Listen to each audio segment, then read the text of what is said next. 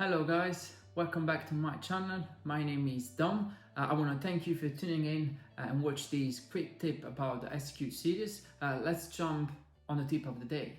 That's how we set up the aux on your bus. So first things that we need to do, we need to go on setup, mix configuration, bus configuration, and let's say that we have 4 groups and 4 aux, okay?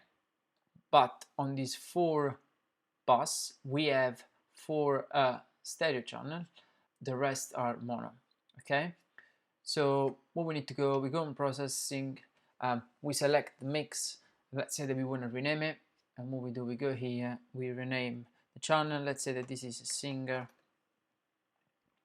and let's say that the last one maybe is our drummer, and this is a stereo channel, drum, and we do this in red.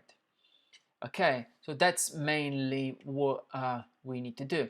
Next things, you can also, if you go in your routing, you can choose how the aux needs to be setting. So we have got a different one. The first one is post preamp. We have got the post insert return. We have got the post PEQ. And we have got the post delay. You can choose any of these for each aux.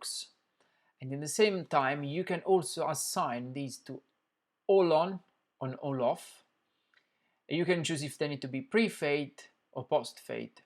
Thank you for watching guys. Please like and subscribe if you find the video useful. Just remember that these are all tips basic for a new user of SQ series. If you want to see more stuff in depth, I've got quite a lot of stuff on my channel and I'm recording every day new stuff. So if you are interested, just subscribe to the channel so you will be updated with all my new videos.